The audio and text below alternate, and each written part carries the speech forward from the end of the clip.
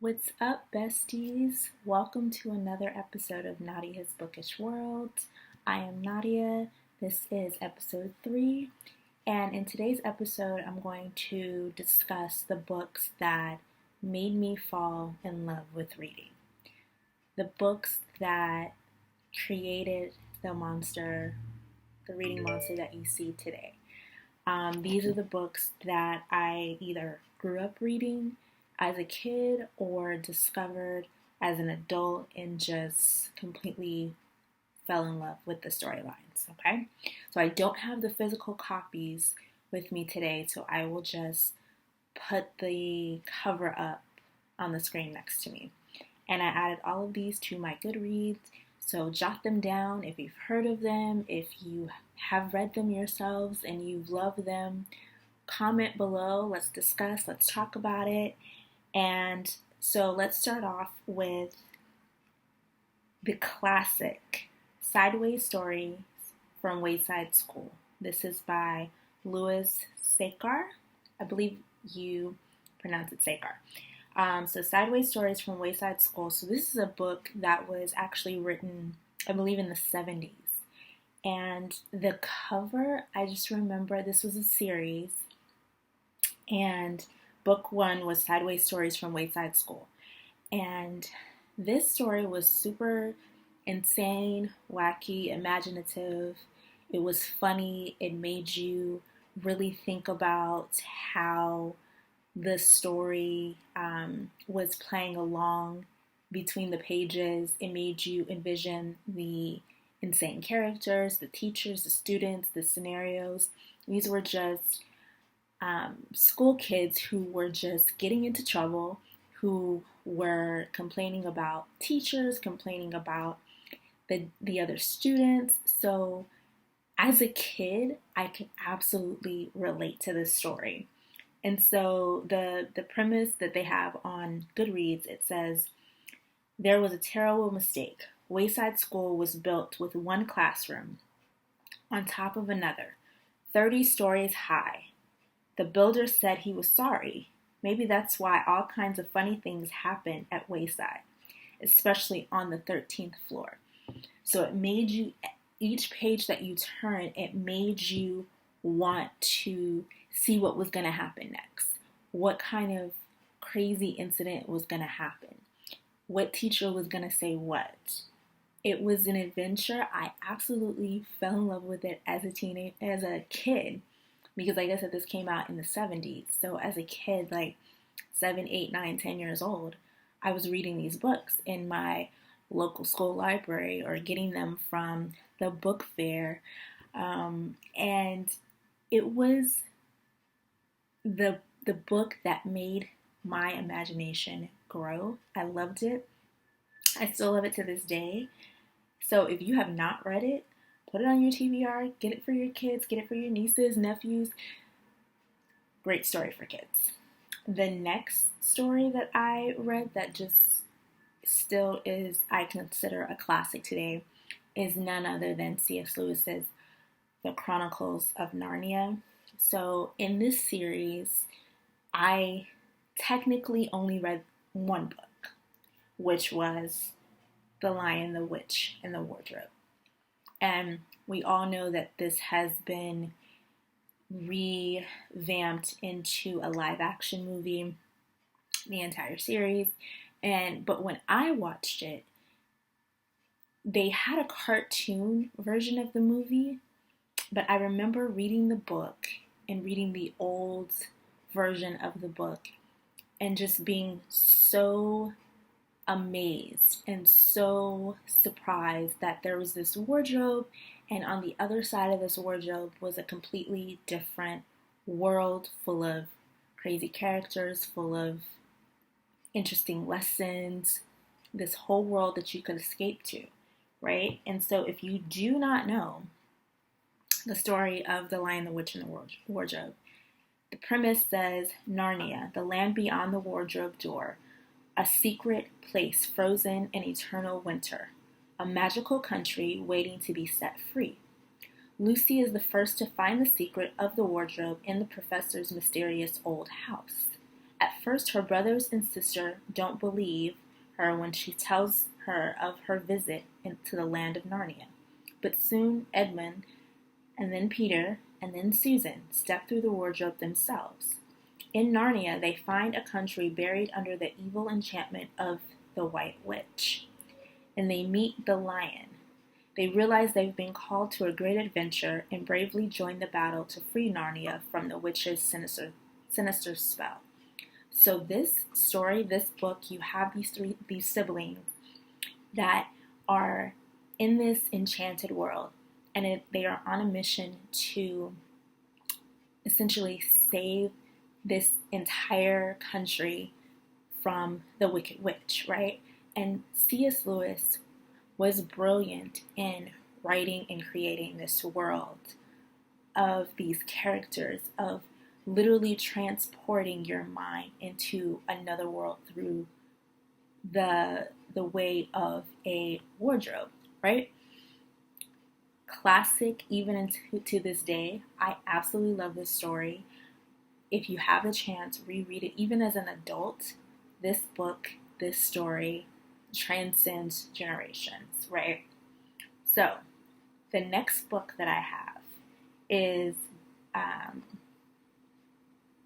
book 2 in the Wayside School series, which is Wayside School is Falling Down. So I told you about book 1. This is book 2, right? And so once again, this just continues the crazy, wacky story of these school kids in this unconventional school. And so the synopsis in book 2, it says, Lewis, the yard's teacher, starts off 30 tales of unusual students. Comic sketches precede every chapter. Todd brings a cute, adorable plastic puppy who bites back when Joy steals it. Cafeteria lady Miss Mush serves mushroom surprise and then changes Ron. When Paul falls out of the window, Leslie offers her pigtails to pull him back. On the 19th floor, invisible Allison finds Miss Jarvis's class. So once again, this is Wayside School is Falling Down. This is book 2 in the Wayside School series by Louis Sachar, which is also the author of Holes, which was a popular book and made into a popular movie. These books were written in the 70s, right? It was made in the 70s, but this one in particular, Wayside School it says published in 1990. It was republished in 1990. And it forces the child's imagination to come to life.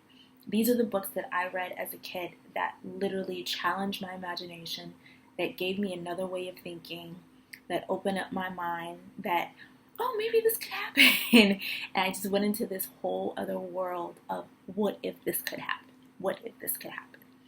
So the Wayside School series, I would definitely, even today, if you have children, if you have young kids in your life that could benefit from a spark in their imagination, these books are great. They're timeless. Absolutely love it. These are the books that gave me such joy as a kid, and that really sparked my love for reading. And so the next books are books that I read as I got older. I was actually given a book of collected poems by the one and only Dr. Maya Angelou.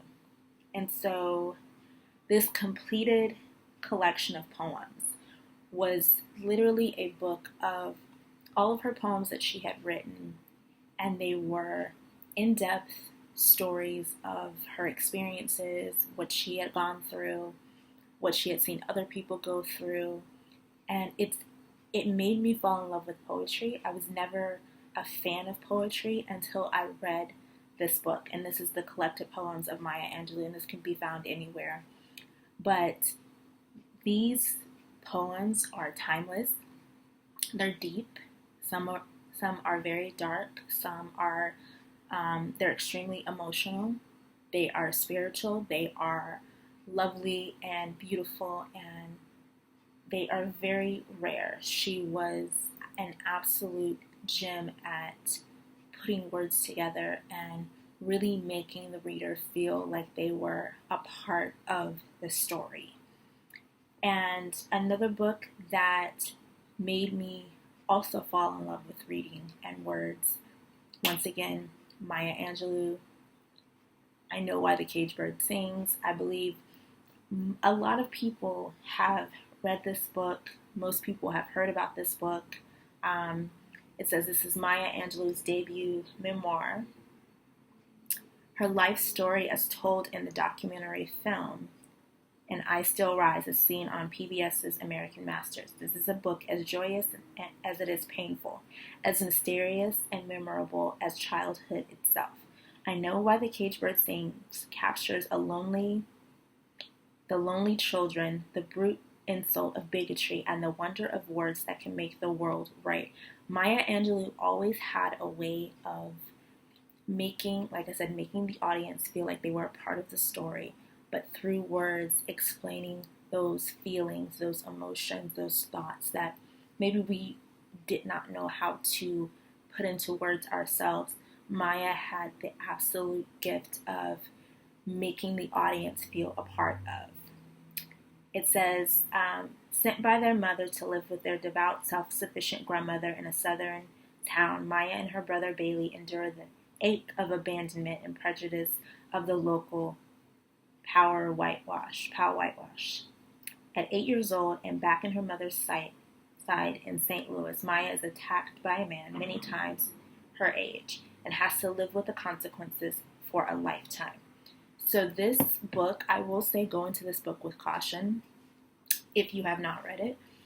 This book is extremely brutal at times. It's very deep and dark, so I would search up the trigger warnings. And really, if you are going to go into I Know Why the Caged Bird Sings, really realize that this is someone's true story. This was her life lessons that she put between the pages of this book. And I would really go into it with a mindset full of empathy, full of wanting to learn, wanting to gain understanding of the struggles that made her who she was as a person, who she was as a writer, as a poet, as a teacher. But definitely search up the trigger warnings. But this was an amazing, excellent book, one that will never go out of style.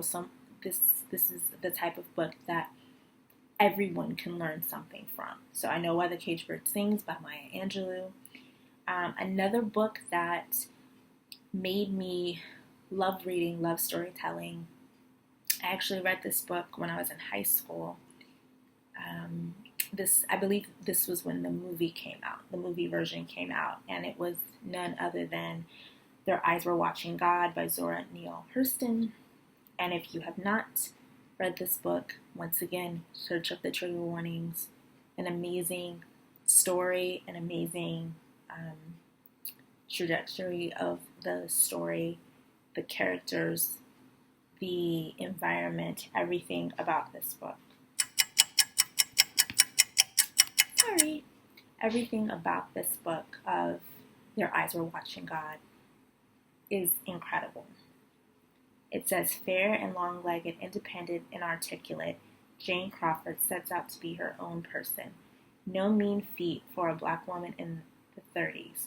Janie's quest for identity takes her through 3 marriages and into a journey back to her roots. So I would definitely, once again, search up trigger warnings, but Their Eyes Were Watching God is an absolute masterpiece. Absolutely love it. One of my favorites. On to the next book, and it is The Count of Monte Cristo by Alexander Dumas. And I read this book cover to cover. Absolutely love it. It says, thrown in prison for a crime he did not commit, Edmond Dantes was confined to a grim fortress There he learns of a great hoard of treasure hidden on the island of Monte Cristo, and he becomes determined not only to escape, but also to unearth the treasure and use it in the plot to the destruction of the three men responsible for his incarceration. So this book, you have an innocent man who is thrown in prison for something he did not do, and when he gets out, he is out for revenge. It is so amazing. You have adventure, you have drama, you have maybe a little bit of comedy, dry humor, but this book is everything. I never get tired of this storyline. There is a movie out with Jim Caviezel that was made, I believe, in like the early 2000s. But this book, The Count of Monte Cristo, love it. Absolutely love it. I would definitely recommend reading this and putting this on your list because this book changed everything for me. The next book is A Lotus Grows in the Mud. So I read this book. This is a memoir by Goldie Hawn. And I love memoirs. I love biography books. I love learning about other people's lives. And this book really just tells the story of the life lessons that she learned through her humble beginnings, her life as a dancer, her early days in Hollywood, her life as a mother and a wife. And A Lotus Grows in the Mud is really a testament of how you can grow even when dirt is poured on you. You can constantly grow, you can constantly learn, and you can constantly share your struggles, your strengths, the life lessons that you have learned with other people. And you don't have to be bogged down by the things that happen in life. You can always rise above it, you can always grow from it, you can always become a better person. Those books, the next two books are Surrender to Me by Shayla Black and Shades of Grey by Maya Banks. These two books made me fall in love with romance. Surrender to Me, you basically have a marriage of convenience from a military man and a stubborn woman, and the way that their love story grows is beautiful. It's hilarious. Read it. Just search up the trigger warnings, but read it. Surrender to Me by Shayla Black. It is book 4 in the Wicked Lover series. This book made me fall in love with romance. Love it. 5 million stars. Shades of Grey by Maya Banks. Not to be confused with 50 Shades of Grey. It's totally different. Shades of Grey. It shows search up trigger warnings for this as well. You have a woman in the military who falls in love with a co-worker after a traumatic incident. And Shades of Grey, she has to overcome those horrors that she has endured, those battle wounds, and has to, find out how to feel safe again, how to love the person that she is with, and how to really fight for the wrong that was done to her and sort of get back to herself. And so Shades of Grey by Maya Banks absolutely, once again, made me fall in love with romance. These are the books that made me fall in love with romance. Check them out. Search up trigger warnings.